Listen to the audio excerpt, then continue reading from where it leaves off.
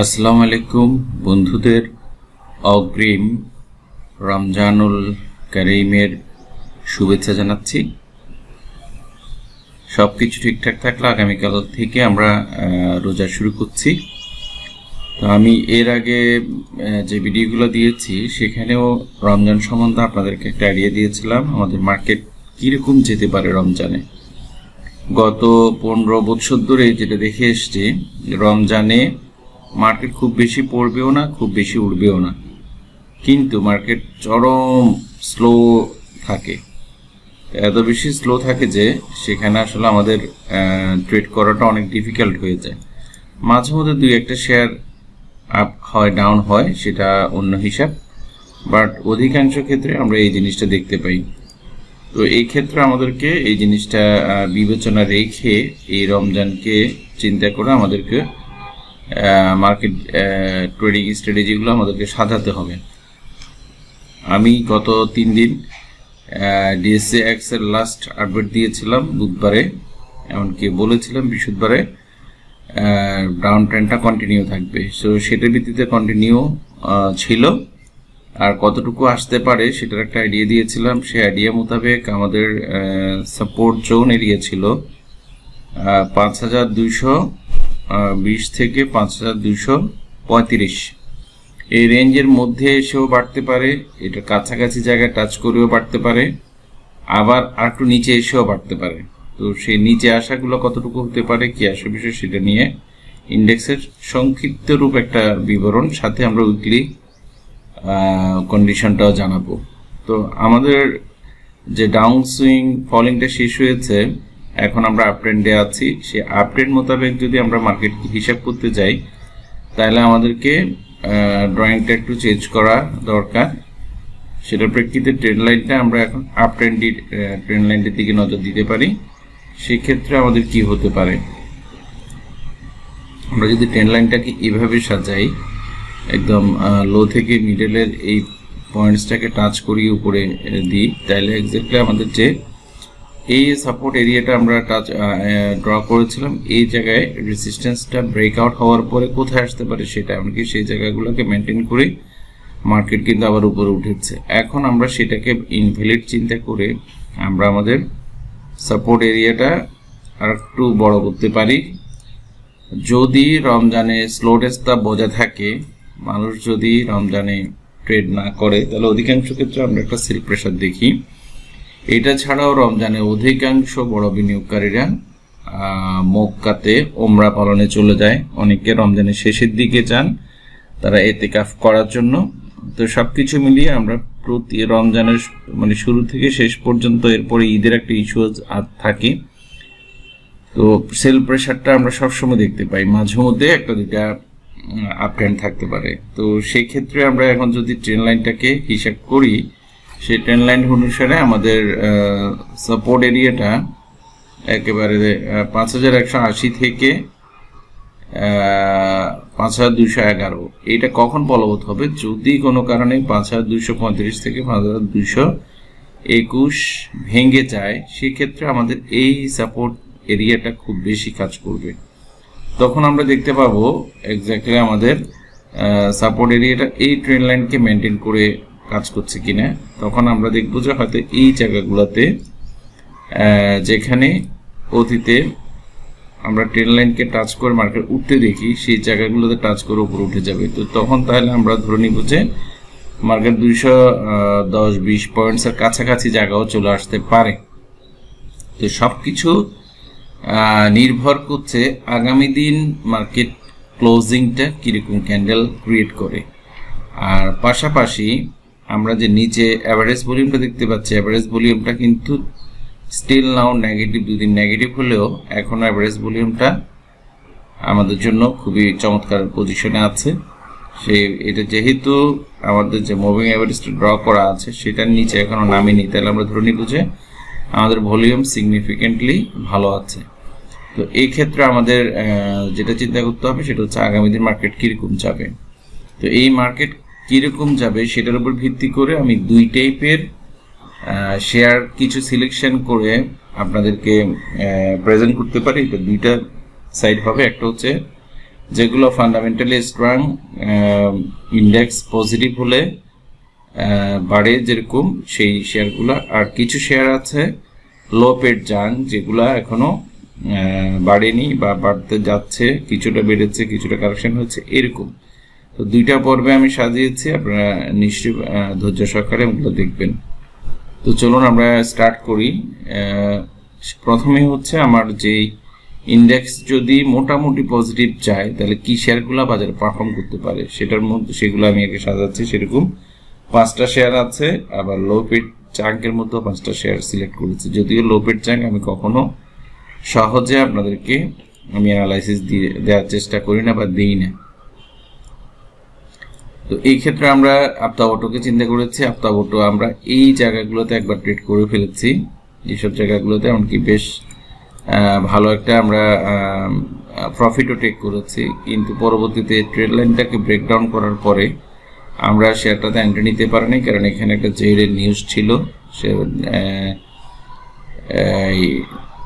ডিভিডেন্ডের টাকা ডিসবার্স না করাতে তাকে জেরে পাঠানো হয়েছে, এমনকি এটার ভিত্তিতে শেয়ারটা একদম ডাউন ফলিং এ চলে গেছে। তাহলে আমরা এখন নিচের দিকে যদি তাকাই তাহলে আমরা কি দেখতে পাই? আমরা যে সবসময় অ্যাভারেজ ভলিউমের কথা বলি, অ্যাভারেজ ভলিউমের অনেক নিচে শেয়ারটার ভলিউমগুলো অবস্থান করছে। তাহলে কেন এই শেয়ারটা আমি সিলেকশন করলাম? এই সিলেকশনটা হচ্ছে নজরে দেওয়ার জন্য। আমার ভিডিওর মধ্যে আমি 2-1টা কমেন্টস দেখেছি গতকালকে বা পরশুদিন, ইন্ডেক্স খুব ভালোভাবে কাজ করছে আমার কথা মতো, বাট শেয়ারগুলো খুব বেশি কাজ করছে না। এটার একটা কারণ, এটার উত্তর হচ্ছে আমাদের মার্কেট সর্বোচ্চ 1 থেকে 2 দিন কোন একটা শেয়ার বাড়ার পরে পরের দিন এটা কারেকশনে চলে যায়। এখন আপনাকে বুঝতে হবে শেয়ারটা কি আসলে ট্রেন্ডিং আছে নাকি অ্যাকুমুলেশন জোনে আছে নাকি ডাউন ট্রেন্ডে আছে। এখন কোন ট্রেন্ডের শেয়ারগুলো কি হচ্ছে এটা দেখতে হবে। আর আমি কখনো ডেফিনেটলি বলি না যে এই জায়গাগুলোতে বাই। যেমন আজকেও আমি আপ্তাবটোকে যেটা বলবো, আমি এখানে একটা বক্স ড্র করে রেখেছি। সেই বক্সের আপার প্রাইস হচ্ছে 36 টাকা 20 পয়সা আর লোয়ার প্রাইস হচ্ছে 34 টাকা 60 পয়সা।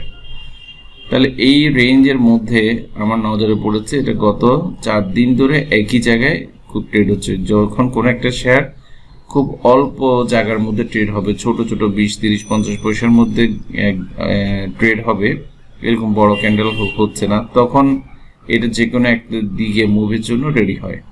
তো আমরা এটা যে পজিটিভের দিকে যাবে সেটার জন্য নির্ধারণ করার জন্য আমরা একটা জিনিস দেখি। এখানে ভলিউমটা, যদিও আমরা এভারেজ ভলিউম বলতে যেটা বুঝাই সেটা না করলেও এখানে ভলিউমটাও কিন্তু সাস্টেনেবল পজিশনে একটা নির্দিষ্ট পরিমাণ ভলিউম এখানে ট্রেড হচ্ছে। আমার কাছে মনে হচ্ছে এটা 34 টাকা 20-30 পয়সা পার করতে পারলে তখন ভলিউমও বাড়বে, এমনকি তখন আরেকটা আমরা আপ পাবো। তো 35 টাকার উপরে যদি আমরা বাই করতে পারি তাহলে প্রায় 44-45 টাকা পর্যন্ত এটার টার্গেট সেট করা আছে। এবার যদি বাড়ে সেটা ওখানেই চলে যাবে। তো সেক্ষেত্রে আমরা শেয়ারটাকে নির্বাচনে রাখতে পারি। আমি শেয়ার অ্যানালাইসিস দিয়ে এর অর্থ এই নয় যে আপনি প্রতিদিনই কিনে ফেলবেন। যদি না বুঝে না জেনে কিনে থাকেন তাহলে আপনি লস খাবেন, এটা আপনারই ব্যাপার। টাকাও আপনার, প্রফিটও আপনার, লসও আপনার। সেক্ষেত্রে আমি যেহেতু জানি না কিছু, আমি এটা দায়ভারও নিব না। কারণ হচ্ছে আমি আপনাদেরকে দেখিয়ে দিচ্ছি এই রেজিস্ট্যান্স লেভেল, এটা সাপোর্ট জোন, এটা স্টপ লস এটা। তাহলে এই শেয়ারটাতে যদি আমরা আগামীকাল করে এন্ট্রি নিই তাহলে আমরা স্টপ লস কিন্তু 33 টাকা 80 পয়সা মাথায় রেখে আমাদেরকে এই শেয়ারটাতে এন্ট্রি নিতে হবে। প্রফিটের পার্সেন্টেজ যেরকম, লসের পার্সেন্টেজটা খুবই মিনিমাম। আর যদি এটা ভাঙে তাহলে অনেক নিচে চলে আসবে, এটা মাথায় রাখতে হবে। তো এটা একটা খুব ভালো পজিশনে আছে আমার দৃষ্টিতে, সেই জন্য আমি শেয়ারটা দেয়া আফতাবটো। আর এর মধ্যে আমরা ইফাদটোতে একটা ভালো ট্রেড করেছি, খুব ভালো পজিশনে আমরা প্রফিট করতে পেরেছি।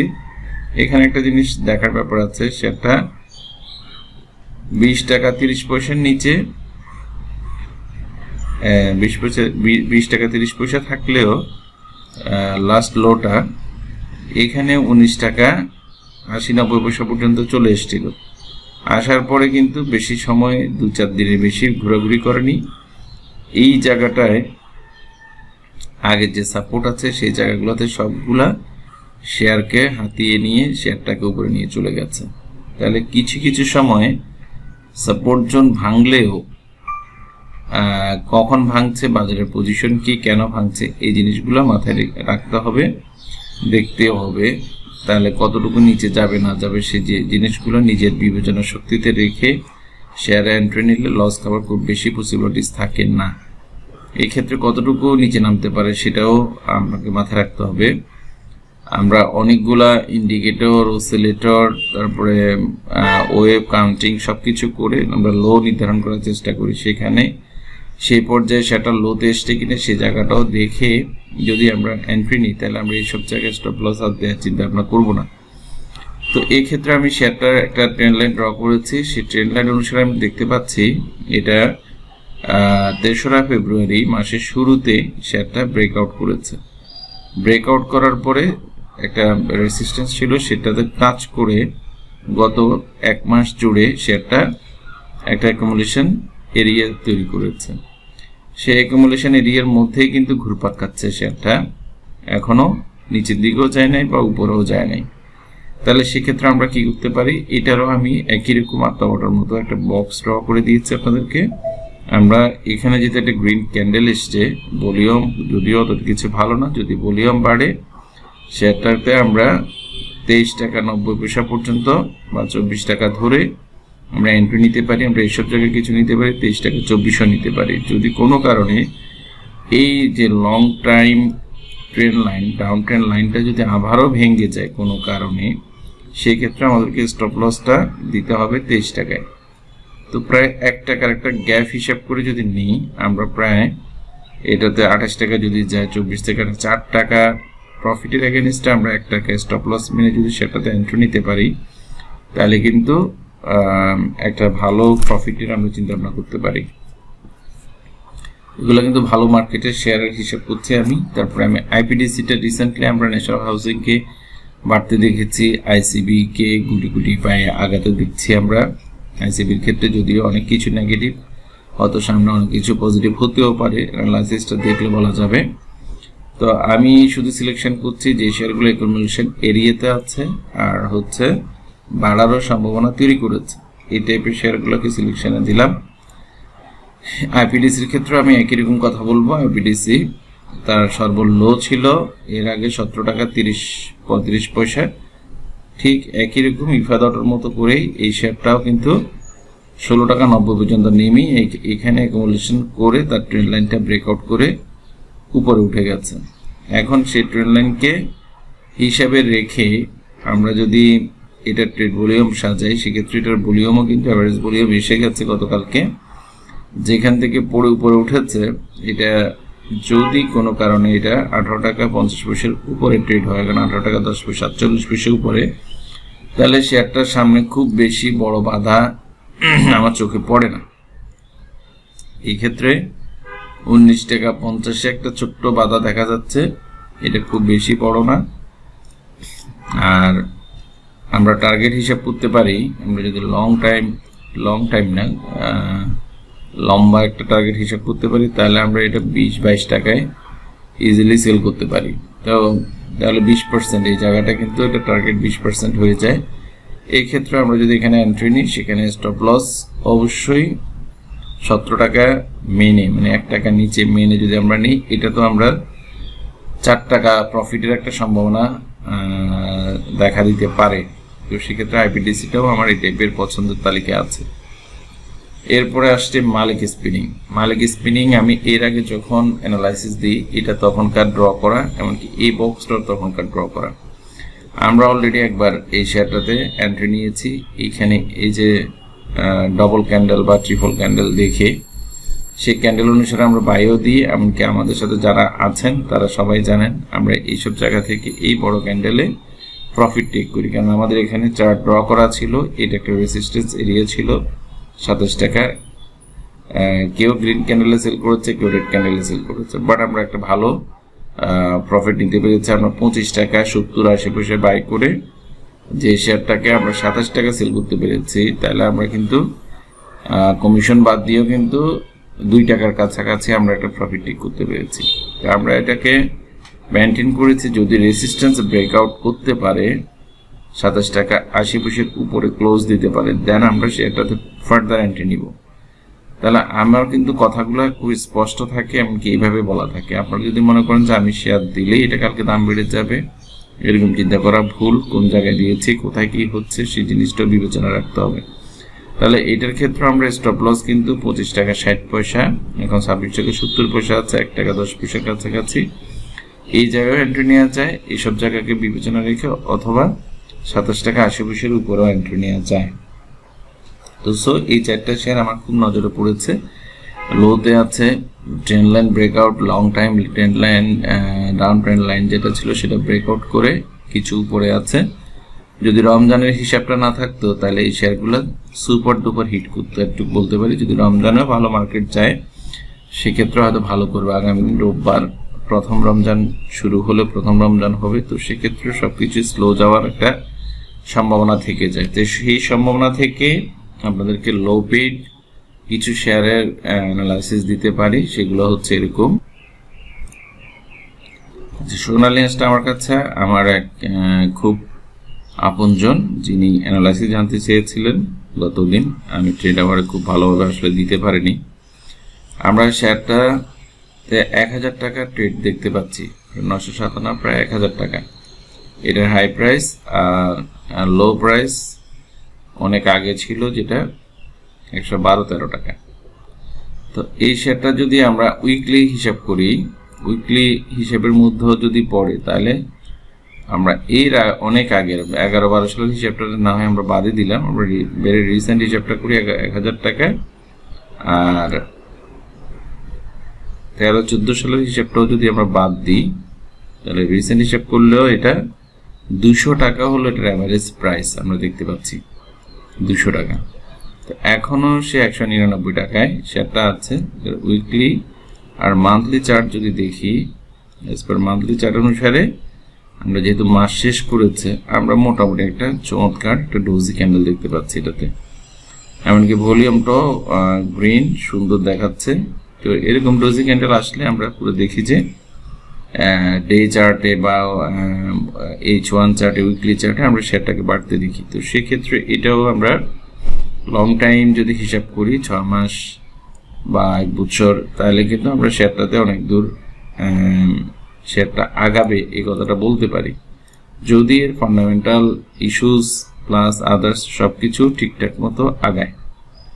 এই ক্ষেত্রে এটার ফার্স্ট রেজিস্ট্যান্সি 270 যেতে হলে মিনিমাম 3 মাস থেকে 6 মাস এরকম একটা সময় অপেক্ষা করতে হইতে পারে। এটা হচ্ছে এটার মান্থলি চার্ট। আর উইকলিতেও যদি আমরা দেখি, 3টা সবুজ ক্যান্ডেল তৈরি করেছে 3টা সপ্তাহ জুড়ে। এমনকি যে হ্যামার ক্যান্ডেলস্টিক ক্রিয়েট করেছে এই উইকসে, এর আগের উইকসে যেগুলো ছিল মোটামুটি সবগুলো মিলিয়ে এটা খুবই চমৎকার একটা পজিশন ক্রিয়েট করা আছে। তো এই সপ্তাহটা যেহেতু আমরা একটা to be or not to বির মধ্যে আছি, মানে রমজানে কিরকম যাবে মার্কেট, কি পজিটিভ যাবে না নেগেটিভ যাবে, তাহলে সেই সময়গুলোকে হিসাব মাথায় রেখে আমরা সারা জীবন দেখেছি এই শেয়ারগুলো খারাপ মার্কেটে বাড়ে। তো খারাপ মার্কেট যদি হয়, হয়তো এগুলা একটা উত্থান শুরু হবে, ছোট ছোট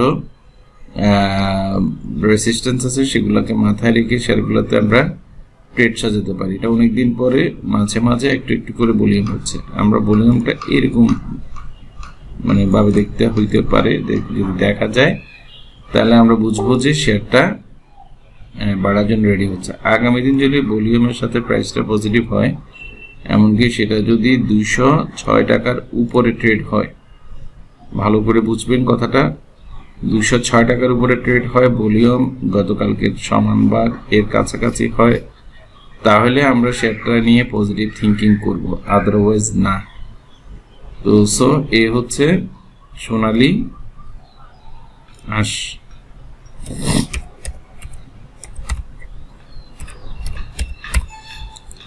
সোনালী হাঁসটা মোটামুটি চোখে পড়ার মতো দেখা যাচ্ছে। এরপর একটা শেয়ার আছে আরামিট। এটা দীর্ঘদিন শেয়ারটা বাড়েনি, একটা সময় খুব ভালো প্লেমেক করতো। তো আরামিড শেয়ারটার যে বৈশিষ্ট্য সেটা অনুসারে বলি একটু, এগুলো খারাপ মার্কেটে বাড়ে যখন মার্কেট স্লো থাকে। আমরা যদি এর লাইফ সাইকেল হিসাব করি, আমরা অত দূরে না যাই, 22 সাল থেকে দেখি, 21-22 সালে শেয়ারটার প্রাইস ছিল 440 টাকা। তাহলে এখন এটা সর্বলো হলো শেয়ারটার 142-43 টাকা, এখন 166 টাকা আছে। তার মানে এটা হচ্ছে খুব রিজনেবল একটা জায়গায় আছে। সেই রিজনেবল জায়গাগুলো থেকেও যদি আমরা হিসাব করি, যদি আমরা একটা ট্রেন্ড লাইন ড্র করি, এরকম একটা ট্রেন্ড লাইন আসে যেটা 331 টাকা। তারপর আমরা আরেকটা ট্রেন্ড লাইন যদি আঁকি, সেটা হচ্ছে 300 টাকার কাছাকাছি। আর একটা ট্রেন্ড লাইন যদি ড্র করি, এটা হচ্ছে আমাদের রিসেন্ট ভ্যালিড একটা ট্রেন্ড লাইন হবে। এই ট্রেন্ড লাইনটাই আমাদের বেশি দরকার অন্যগুলোর চাইতে, কারণ আমরা ধীরে ধীরে আগানোর জন্য এই ট্রেন্ড লাইনটাকে বেশি কাউন্ট করব। সেটা অনুসারে আমরা দেখতে পাচ্ছি এটার খুব নিকট যে রেসিস্ট্যান্স লেভেলটা আছে সেটা হচ্ছে 210 টাকা। এর মধ্যে ডাউন ট্রেন্ড লাইনটাও আছে। তো ডাউন ট্রেন্ড আমি একটু আগে যে ফান্ডামেন্টাল শেয়ারগুলো দেখিয়েছি ভালো মার্কেটে, সবগুলো কিন্তু ডাউন ট্রেন্ড লাইন অতিক্রম করে একটা জায়গায় গিয়ে পৌঁছে গেছে। সেগুলো খুব বেশি কারেকশনের সুযোগ নেই। আর এই শেয়ারগুলোতে এখনো ট্রেন্ড লাইন ব্রেকআউট করেনি, ভালো ভালো রেজিস্ট্যান্স এগুলোর জন্য অপেক্ষা করছে। তো সেক্ষেত্রে এগুলোকে আবার হিসাবে রাখতে হলে ছোট ছোট জায়গাগুলোতে অ্যাকুমুলেশন এরিয়াগুলো পার করতে পারছে কিনা, সাথে রেজিস্ট্যান্স এরিয়া পার করতে পারছে কিনা, এই জায়গাগুলো মাথায় রেখে আমাদেরকে আগাইতে হবে।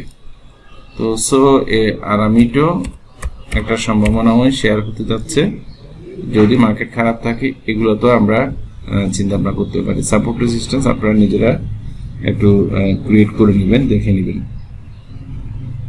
তারপরে হচ্ছে এপেক্স ফুড, দীর্ঘদিন এই শেয়ারটা পড়ে আছে, যেহেতু এগুলো ফান্ডামেন্টালি ইপিএস বা ডিক্লারেশনগুলো ভালো হয় না, তো সেটার জন্য আসলে শেয়ারগুলো খুব বেশি ভালো করতেও পারছে না। দেখেন এটার হাই প্রাইস একেবারে 520 টাকা, 520 টাকা থেকে শুরু করে এটা কমতে কমতে কমতে কমতে এটা প্রায় 200 টাকা নিচে নেমে গিয়েছিল, 190 টাকা পর্যন্ত চলে এসেছিল। তা আমরা যদি ওই হিসাবটা করি, একটা শেয়ারের যে লাইফ সাইকেল থাকে সেটা শেষ হয়েছে কিনা, আমরা প্রথম যদি 211 টাকার পরে 190 টাকা হিসাব করি, এখন আবার লোয়ার হাই ক্রিয়েট করেছে 207 টাকা, 8 টাকা, 10 টাকার কাছাকাছি, যেটা এর আগে রিসেন্ট যে লোটা ছিল সেটাকে টাচ করে ফেলেছে। তো মানে উপরের দিকে যাওয়ার জন্য প্রস্তুতির জন্য যে হিসাবগুলো কাউন্টিং এ রাখতে হয়, সেই হিসাবগুলোর মোটামুটি অধিকাংশ হিসাব এটার মধ্যে পজিটিভ হয়ে দেখা দিয়েছে। আমরা স্ট্রং সাপোর্ট এরিয়া যেটা লং টার্ম, সেটা অনুসারে দেখা যাচ্ছে এই শেয়ারটাও কিন্তু একটা স্ট্রং সাপোর্ট এরিয়াতে অবস্থান করছে। যদিও ক্যান্ডেলের প্যাটার্নগুলো খুব একটা সুন্দর না, কারণ এগুলা সকালে 20 টাকা বাড়ে, বিকালে 20 টাকা মাইনাস থাকে। তো যেটার কারণে ক্যান্ডেলের চেহারা চরিত্র এরকম হয়। তো এটারও দেখলাম ভলিউম খুব ভালোভাবে হয়েছে। আমরা যদি রিসেন্ট ক্যান্ডেল হিসাব করি, রিসেন্ট ক্যান্ডেলগুলো খুব সুন্দর। তো এই ক্ষেত্রে এই ক্যান্ডেলস্টিক প্যাটার্ন অনুসারে এখানে প্রায় ব্রেকআউটের কাছাকাছি একটা জায়গা আছে অ্যাকুমুলেশন এরিয়াতে। সেটা অনুসারে যদি আমরা খুব রিসেন্টলিও শর্ট টাইম কোনো প্রফিটের চিন্তা ভাবনা করি, তাহলে আমরা যদি একটা ট্রেন্ড লাইন ড্র করি, এইটা ট্রেন্ড লাইনকে ব্রেকআউট করে রেখেছে অলরেডি, এর আগে একবার ব্রেকআউট করে নিচে পড়ে গেছে। এইটা একটা কাছাকাছি জায়গা আমরা ট্রেন্ড লাইন। তো এফএক্স পুটটাও নজরে রাখা যায়, এমনকি কাছাকাছি স্টপ লস আছে প্রায় 190 টাকার কাছাকাছি জায়গায়। এটাকে মাথায় রেখে এন্ট্রি নিতে হবে। তো এই হচ্ছে আমাদের দ্বিতীয় শেয়ার। আমি খুব বড়ভাবে বলছি না, কারণ ভিডিও অনেক বেশি লম্বা হয়ে যাবে। আর হচ্ছে আরেকটা শেয়ার বঙ্গজ।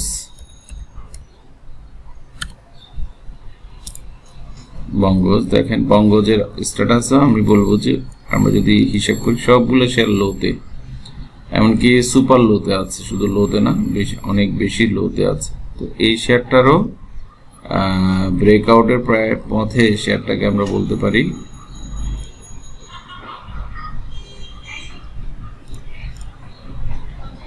তো এই শেয়ারটাও প্রায় 105 টাকার উপরে গেলে আমরা এটাতে এন্ট্রি নেওয়ার চিন্তা করতে পারি। এরপরে আমি আরেকটা শেয়ার দেখাতে পারি, সেটা হচ্ছে জেমিনি সিফুড। জেমিনি সিফুড দেখেন, অন্যান্য যতগুলো শেয়ার আছে সবগুলো বাড়ার চেষ্টা করেছে, বাড়ছে। এটার মধ্যে শুধু এখন শুরু হয়ে গেছে অলরেডি, মানে অ্যাকুমুলেশন জোন এরিয়া যখন ক্রিয়েট করে ফেলবে তখন আমাদেরকে ধরে নিতে হবে যে মোটামুটি একটা শেয়ার বাড়ার জন্য প্রস্তুতি নিচ্ছে। এটা সর্বলো ছিল 140, এখন 46 টাকা। তো লাইফ সাইকেল বলতে আমরা যেটা বলছি সেগুলো অলরেডি অনেক উত্থান থেকে পতনে শেষ করেছে। আবার উপরে যেতে হলে এরকম 1 বছর, 1.5 বছর, 2 বছর লাগাবে। কারণ হচ্ছে আমরা যদি এটার আগের হিস্ট্রিও দেখি, কোথা থেকে বাড়া স্টার্ট করেছিল, সেটা হচ্ছে 2021 সাল থেকে স্টার্ট করেছে, আর এটার লাইফ টাইম শেষ হয়েছে প্রায় 2023 অক্টোবরে। তো তাহলে 2টা বছর জুড়ে শেয়ারটা আপ ট্রেন্ডে ছিল, তারপর ডাউন ট্রেন্ডে স্টার্ট করেছে, এখন 1 বছর পার করেছে। আর অনেক মানে যতটুকু সময় জুড়ে বেড়েছে অল্প সময়ের মধ্যে পড়ে গেছে।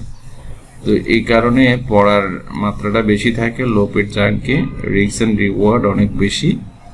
তো সবগুলোতে আপনারা সাবধানতা অবলম্বন করে ট্রেড করবেন। আর আমি এটার পাশাপাশি বলেছিলাম ইন্ডেক্সের উইকলি অবস্থা কি অবস্থায় আছে এটা একটু দেখার জন্য। আমরা যদি উইকলি চার্ট প্যাটার্ন দেখি, যেহেতু আমার ডেতে এগুলো ড্র করা আছে, তাহলে আমরা এটা দেখতে পাচ্ছি যে ক্যান্ডেল করেছে, একটা উইক হয়েছে, যে সাপোর্ট এরিয়াগুলো আমরা তৈরি করে রেখেছি সেগুলোর কাছাকাছি জায়গায় আছে। ক্যান্ডেলের চরিত্র কোনোভাবেই খারাপ না, সবই ভালো। ভলিউম অন্যান্য যে কোনো সময়, যে কোনো সপ্তাহের চাইতে এই সপ্তাহটা ভলিউম করেছে বেশি।